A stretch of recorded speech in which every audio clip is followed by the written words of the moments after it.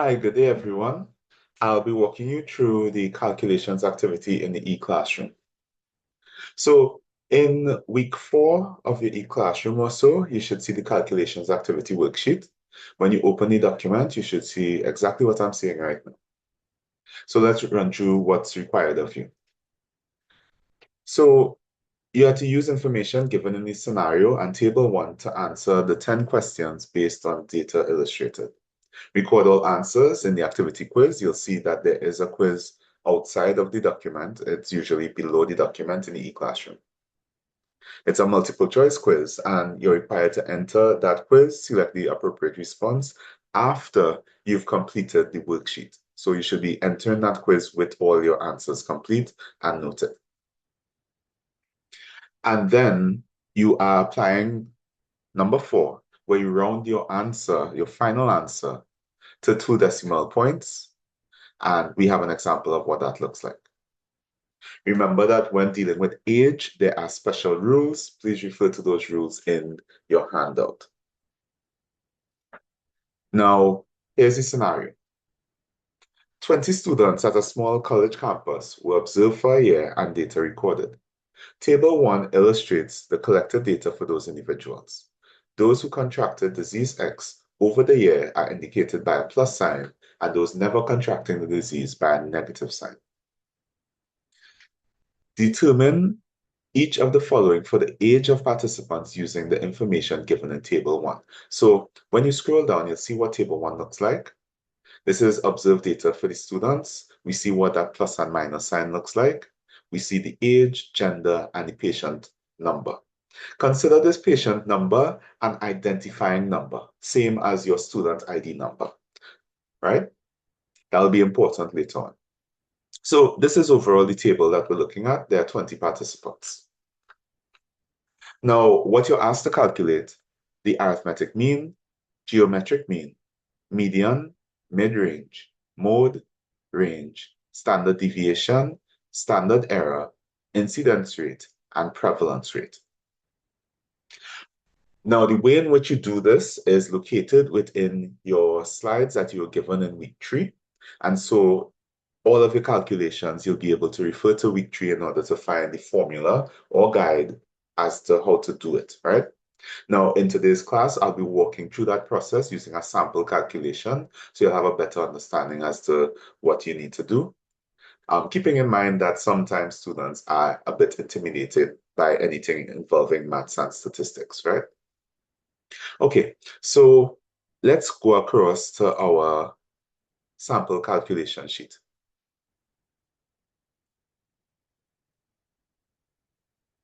So in the upper left-hand corner,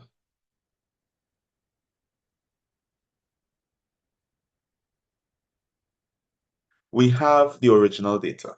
And I'll ask you to just focus on the areas that I'm indicating, because other than that, I know you may get a little overwhelmed.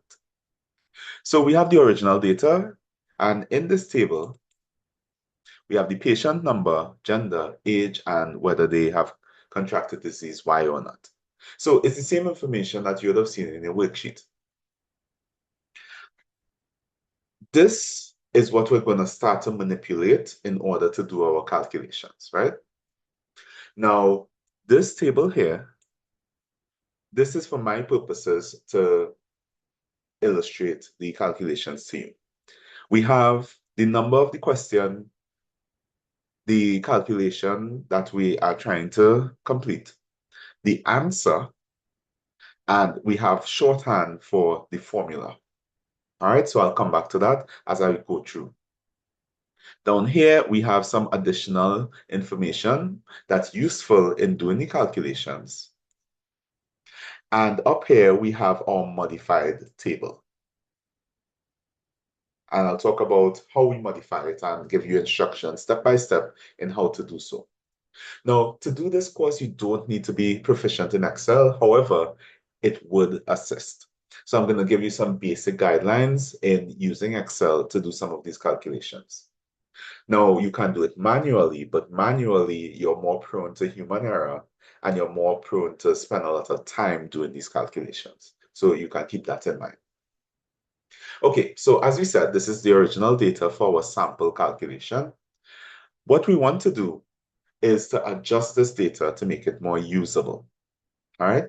Now, to do so, you can just copy the entire table to a blank spot. So let's say you come into our PDF, you might type over the information, you might be able to copy it, who knows, right? But I'm just going to paste it here. Now that I'll paste it a little further. Now that I've pasted it, I want that since we are calculating everything based on the age of the participants, we want to arrange this table according to age.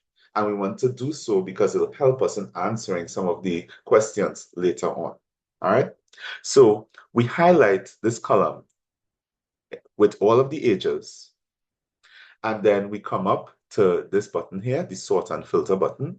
We click it, we select either smallest to largest or largest to smallest. It doesn't make much of a difference, but I think it's more aesthetically pleasing to go with smallest to largest. So I'll go with that. We see that this icon box comes up here. Expand the selection or continue with the current selection. All you need to know is to leave it as expand the selection. And then we click OK. You see that the table has been adjusted. When we check the age, we see it goes from 11 to 12 to 13 to 14. And in the original table, it went 11, 12, 13, 14, 11. So it is now in increasing numerical order. If we look at the patient identification number as well, we see that it has changed. Patient number 5, who was an 11-year-old male, is now second in rank, whereas before, they would have been in a random location. All right, so now that we have the ranking according to age, let's create a column that expresses that. So that's how we got this rank column there.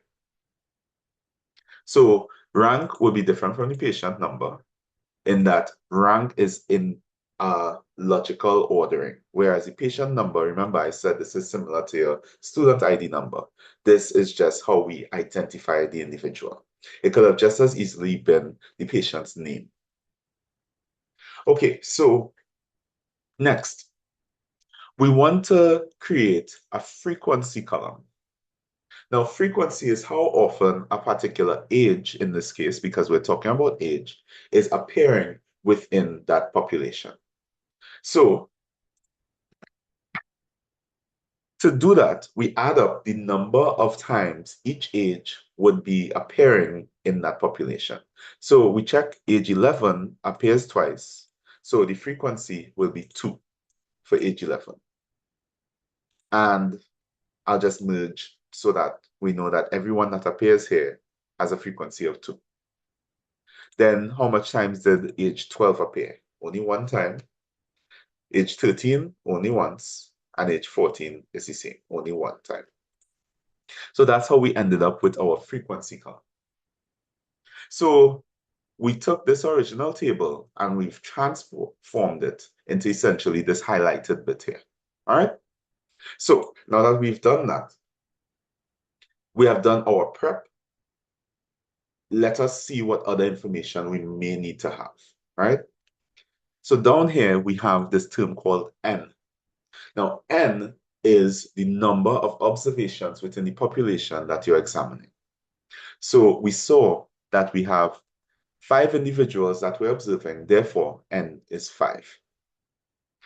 And for right now, that's all the prep that we'd like to do. So let's go into actually answering the questions now. The first thing we need to determine is arithmetic mean.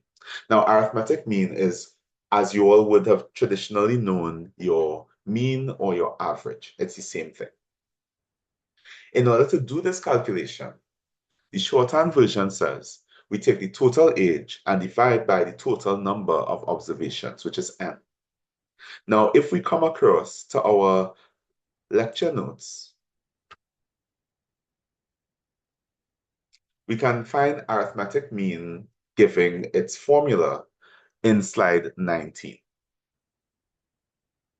So the method for calculating the mean, we add together all of the observed values in the distribution, and then we divide by the sum of the total number of observations. All right, so we add everything together, we divide by the number of observations. That's exactly as you all would have learned to do your average or mean. So now let's do that. We have age is, of course, what we're focused on. So we want to add all of these ages together. So we have our on-screen calculator now, right? We have 11 plus 11 plus 12 plus 13 plus 14. And the answer is 61. So we add all of those together and we get 61 as indicated here. The next step in doing this calculation is to divide by the number of observations. And the number of observations we said was 5. So we divide by 5 and we get 12.2. And we see that answer is given here. So 12.2 is our final answer. However, since we are dealing with age, we round to the nearest whole number. That's the rule I alluded to earlier. And so when we are stating our answer, we will say our arithmetic mean is 12. Okay? So hopefully that was not too challenging or not too difficult. All right, so now that we have our arithmetic mean, let's move on to the next one, our geometric mean. Now, geometric mean is similar in some ways to the arithmetic mean. They are both means. However, you have an additional 2 steps in this process. So let's refer to the notes for geometric mean first.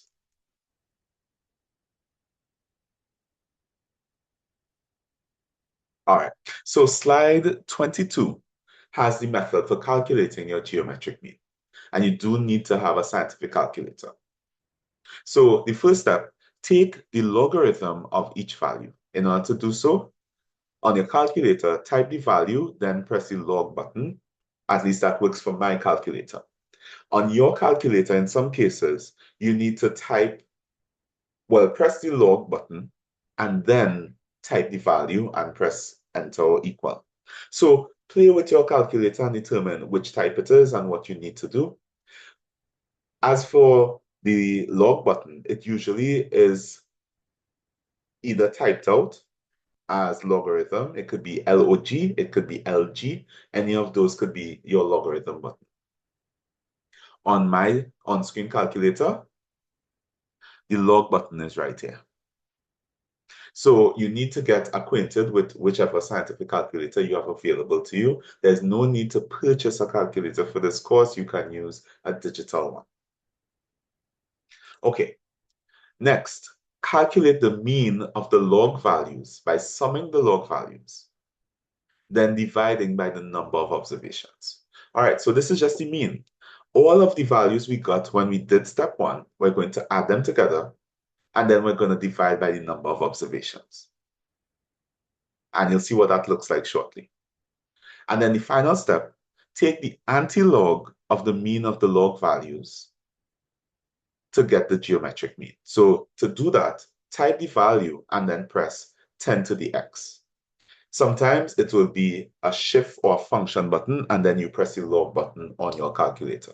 So once again, learn how your calculator does anti-log. So this third step, all you are doing is finding the anti-log of the value that you ended with in step 2. All right, now that's all of the words. Let's see what that looks like.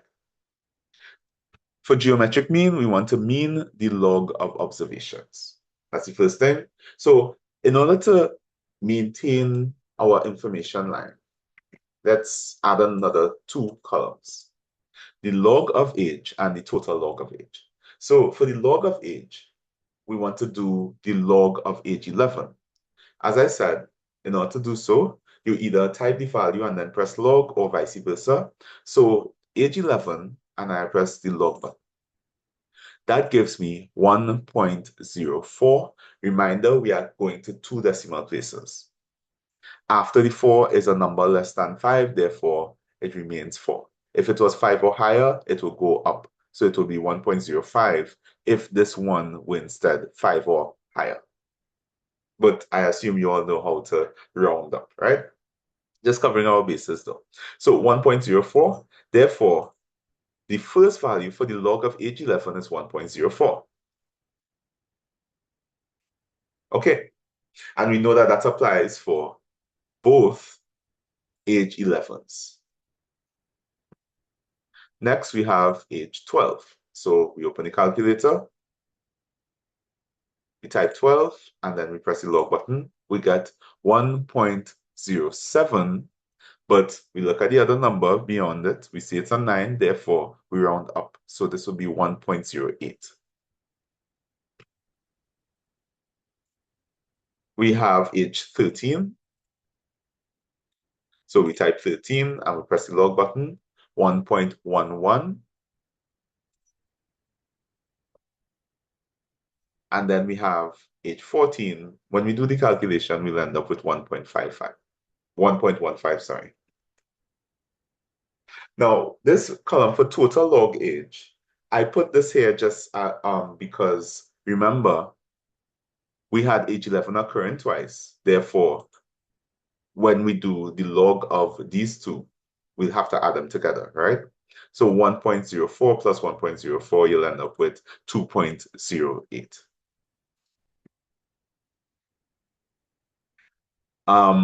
This only occurred once, therefore it will remain the same. This occurred once, it remains the same. This occurred once, it remains the same. Okay, so now that we have the log of observations, we need to find the mean of those values. To do so, you add all of them together. Now, you can either use your calculator or you can use Excel to do this. If you're using a calculator, you know how to manually add these different values, right? So I won't go into that. But if you want to use the calculator, I'm sorry, the Excel, you highlight all of the values, including the cell below it. And up here, you see auto sum. When you click auto sum, it'll automatically add them up, and we get 5.42. So when you add all of these together, you end with 5.42. So to find the mean, after you add them together, you must divide by the number of observations. Remember, that is n, and n is 5. So we do 5.42 divided by 5.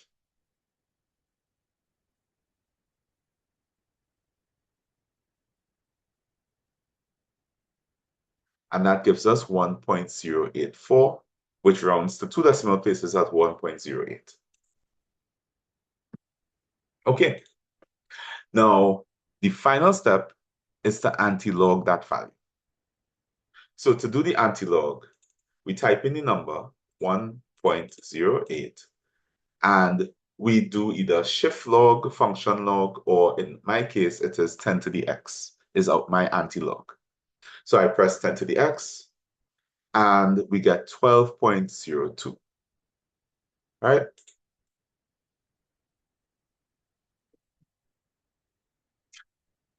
Now, when stating your final answer, because you're dealing with age, you state it as a whole number. So we state it as 12. So hopefully everyone is keeping up. Remember, you can always come back to the slides and it gives a breakdown as to what the procedure is. Now, geometric mean is going to be one of the more complicated ones. So if you're keeping up right now, then it's just easy sailing from here on out for the most part. Okay, so we have our median. When you go to the lecture slides, median appears where?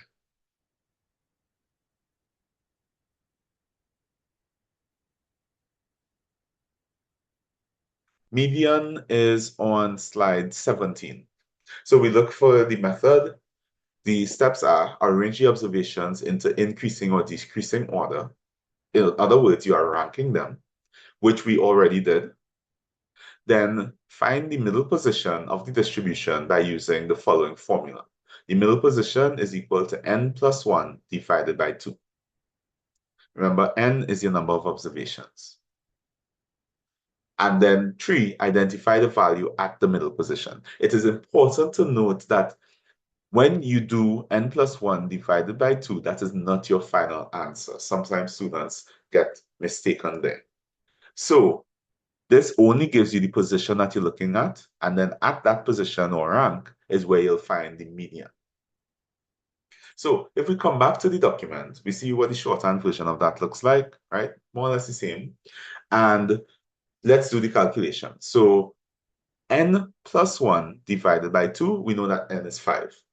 5 plus 1 gives us 6. 6 divided by 2 gives us 3. So that is the rank that we're looking at. And so we have placed it here. The median is rank 3. Now, we look at rank 3 and we see what value appears there. So the age that appears there is 12. Therefore, our median for this group is 12, and that's our answer. So nothing too complicated, I hope. Now, let's actually complicate it a little bit. If the number of observations is odd, the middle position falls on a single number. If it is even, then it falls between two observations. So that might complicate it. In that case, the median equals the average of the two values. All right, so let's go back to our sheet and let's change things a little bit. All right, so I'll delete this. I'm going to add a position, rank 6. This is patient number 6. They are male. This patient is going to be, let's say, 15 years old, just for ease, and positive. Okay, so that's all the information we need to add. Let's do the median. So now n is going to be 6. So our rank, when we do calculating, not our rank, when we're calculating the position, it's going to be 6 plus 1 divided by 2. So 6 plus 1 is 7 divided by 2 gives us 3.5. So that's the position where we'll find our median. So 3.5 is between 3 and 4. So between 3 and 4, we look at position 3 and position 4. The age here is 12, the age here is 13. So now we must find the average of those ages according to our formula. Remember, when we looked here, we said that if it falls between 2, then the median equals the average of the two values. So 13 plus 12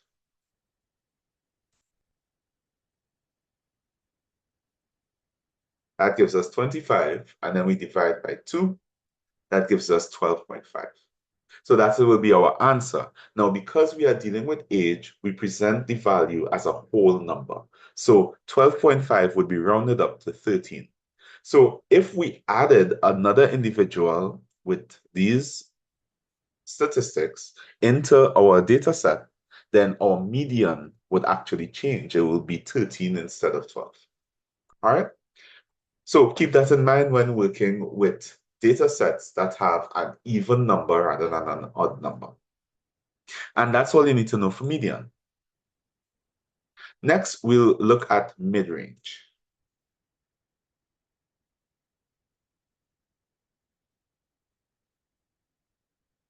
Mid-range can be found on slide 21.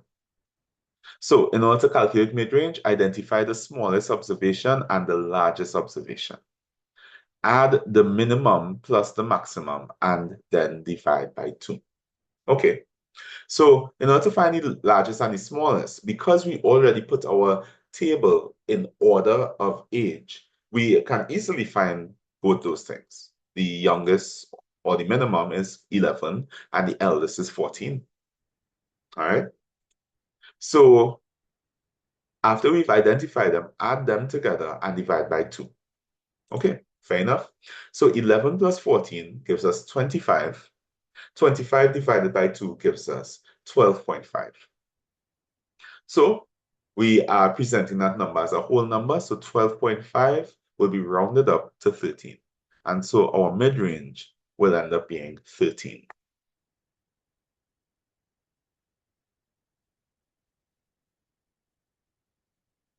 Next, we have our mode. To calculate our mode, you come to slide 16. Arrange the observations into a frequency distribution. Luckily, we've already done that.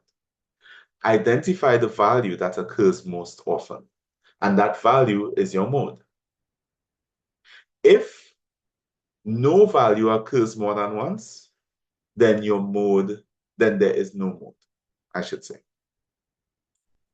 Now, in this distribution, we have the age 11 occurring twice because we have this frequency column here. And we know that everything else only occurs once.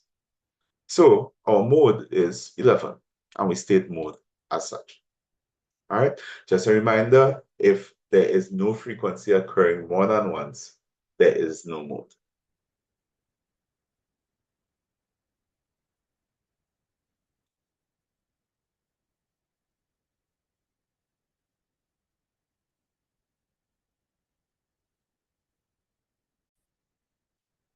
All right, just took a short break there. Let's move on to the next one, which is range.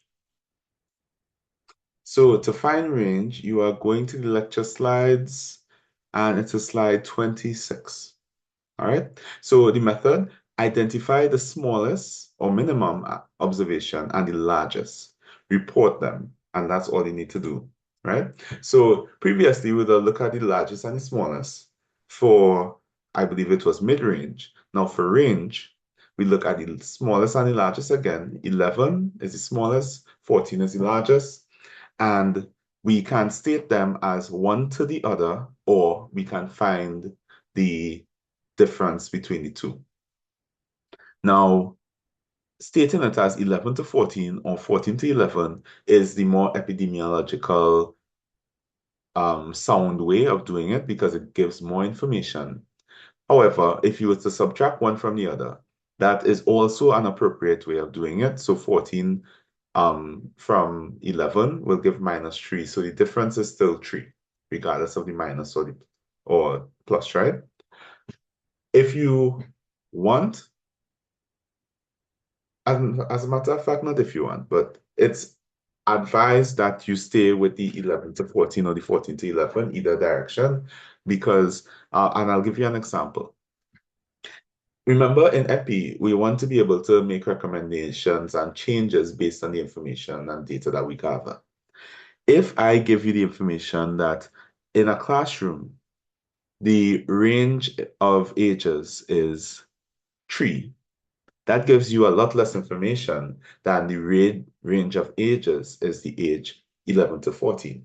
It tells you about the demographic within that classroom. So knowing the range is 3, well, I don't know if that is from 53 to 56, or if that is from the age 0 to age 3, or from 11 to 14. But the recommendations that I put into play in order to prevent disease transmission will be dependent upon the behavioral characteristics and the physiological characteristics of those groups.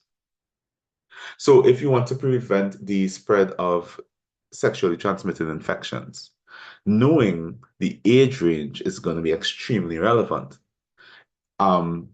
If I just tell you the range is 3, you may tell me, okay, well, use of condoms. But then use of condoms is not going to apply if we're looking at babies from the age of 0 to 3 years old who have HIV, right? In that case, it's less likely about sexual interactions that they're having and more likely about mother-to-child transmission or something of the sort. Okay, so that's the justification and reasoning for range. Let's move on. We're looking at standard deviation now. You come to your lecture slide. Standard deviation is going to be lecture slide 31. Now, for standard deviation,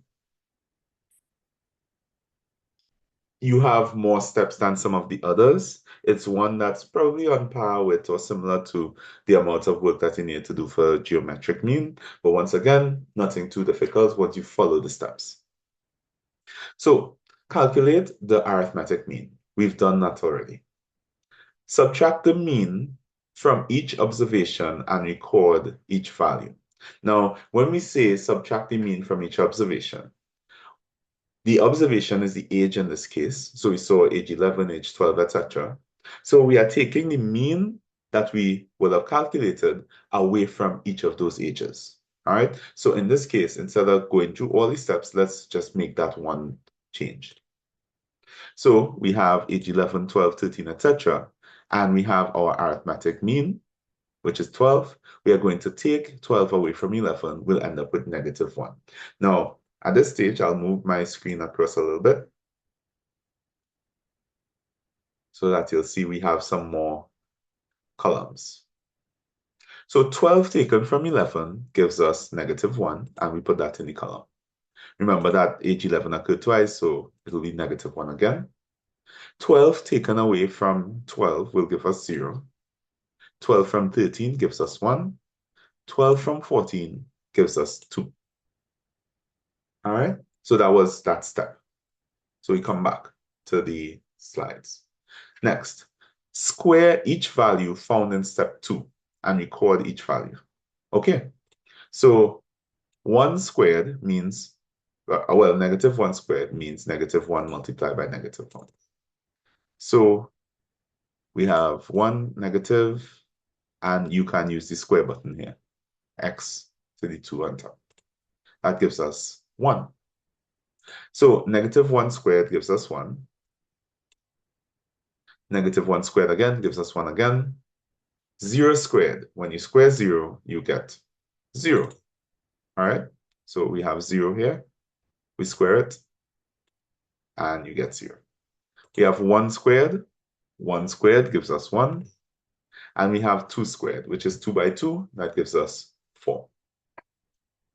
Now, not all the time are the values going to be this simplistic in terms of doing the squaring, but as long as you maintain your strategy and doing the calculations and you do the right thing, you're going to be fine.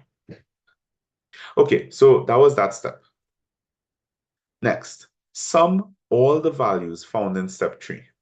Okay, so we're just adding them up. Remember, we showed how to use the auto sum feature. So let me copy this across.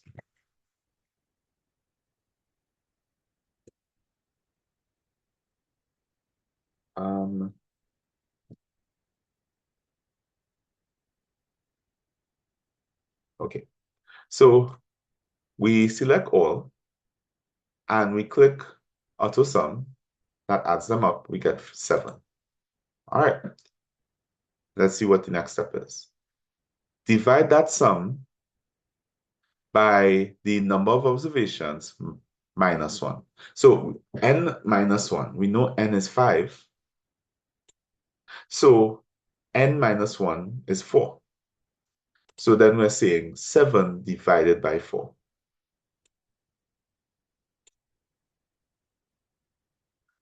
That gives us 1.75, which is the answer you're seeing here. And then our final step, take the square root of the value obtained in step 5. And this result is the standard deviation. So what's the square root of 1.75? You open up your calculator, 1.75, and you press the square root button.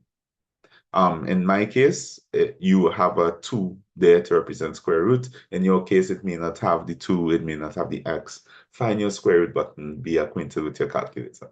So I press the button, and we get our answer, which is 1.32, and 1.32 is given here. Now, normally, you stick with what I have been saying all the time. You present age as a whole number, right? But because of how small these values are, and because I want to illustrate some of the differences, and I don't want you all confused, I am going to state the whole thing to 2 decimal places. But if you are properly presenting this as an epidemiologist, you would state that the standard deviation is 1. You would round 1.32 to the nearest whole number, which would be 1. But for our purposes, just for illustration's sake, I'm leaving it as the whole thing. Now, that's the entire procedure for standard deviation. The last in this array is standard error. You'll see that incidence rate and prevalence rate are a little bit different, right? In the way that we do them. So let's look for standard error. Standard error should be just below. So we see on slide 34, we have standard error. Calculate the standard deviation. We've done that already. Find the square root of the number of observations, n. Now, we know n was 5, so we're looking for the square root of 5. So we type 5 square root. That gives us 2.23. And since there's a 6 after, it will be 2.24. So that was the value that we had in this table here. All right. So once again, we are finding the square root of the number of observations. The third step, divide the standard deviation by the value found in 2. So we have our standard deviation is 1.32. So 1.32 divided by the square root of n, which is 2.24. And our answer gives us 0.589, which to two decimal places is 0.59. So we put that as our answer here. And that's how we get our standard error. Okay? So hopefully you all followed along as we did the calculation for each of those initial measures. Now, incidence rate and prevalence rate require a little bit more information. So a good start is to define each of those terms, incidence rate and prevalence rate. Incidence rate is essentially a measure of the number of times the disease has occurred within a population over a period of time or an examined period of time. Well, I say disease because that's precisely what we're looking at in this case, right? So how many times have they contracted disease Y in the case of this sample calculations over the period of time? Now, there's no stated period of time for the sample calculation, so let's just assume a year. So over the year, these 5 patients, well, of these 5 patients, 1, 2, 3 positives, meaning 3 of them out of 5 would have contracted the disease over the course of a year. So in order to do that calculation, we divide 3 by 5. And you can either state the incidence rate as a decimal, or you can state it as a percentage. So 3 divided by 5, that gives us 0.6. So you could say that the incidence rate is 0.6, or you can convert it to a percentage by multiplying by 100, or 60%. If you say 0.6%, that is incorrect. If you say the incidence rate is 60, that is incorrect. It is either 0.6 or 60%. All right, so simple enough. Now, where there sometimes is a bit of confusion is when we're talking about prevalence rate. Prevalence rate is similar to incidence rate in some ways. It is a measure of how much of the disease is present within the population at a point in time. So let's say we've examined the entire population today. We want to know how many people today have the disease out of the total. That's how prevalent the disease is within the population. So if we use the same information, we say 1, 2, 3 positives out of 5, then the prevalence rate within the population is 60%. So in circumstances where the disease is a lifelong disease, that helps to bolster the prevalence rate overall, right? Once you get the disease, you never lose it. And incidence only cares about the contraction of the disease. However, we know that these individuals who contract diseases, they can also recover from the disease. You don't have to suffer from it forever, depending on the nature of the disease. And so that's the difference that you'll sometimes see. And the wordage of the question, therefore, matters a lot when it comes to determining the incidence and the prevalence rates. All right. So use that information in order to answer the questions within your worksheet. And I think that is more or less it. So I wish you all the best of luck with your calculations activity, and I will talk to you all next time. Have a good one.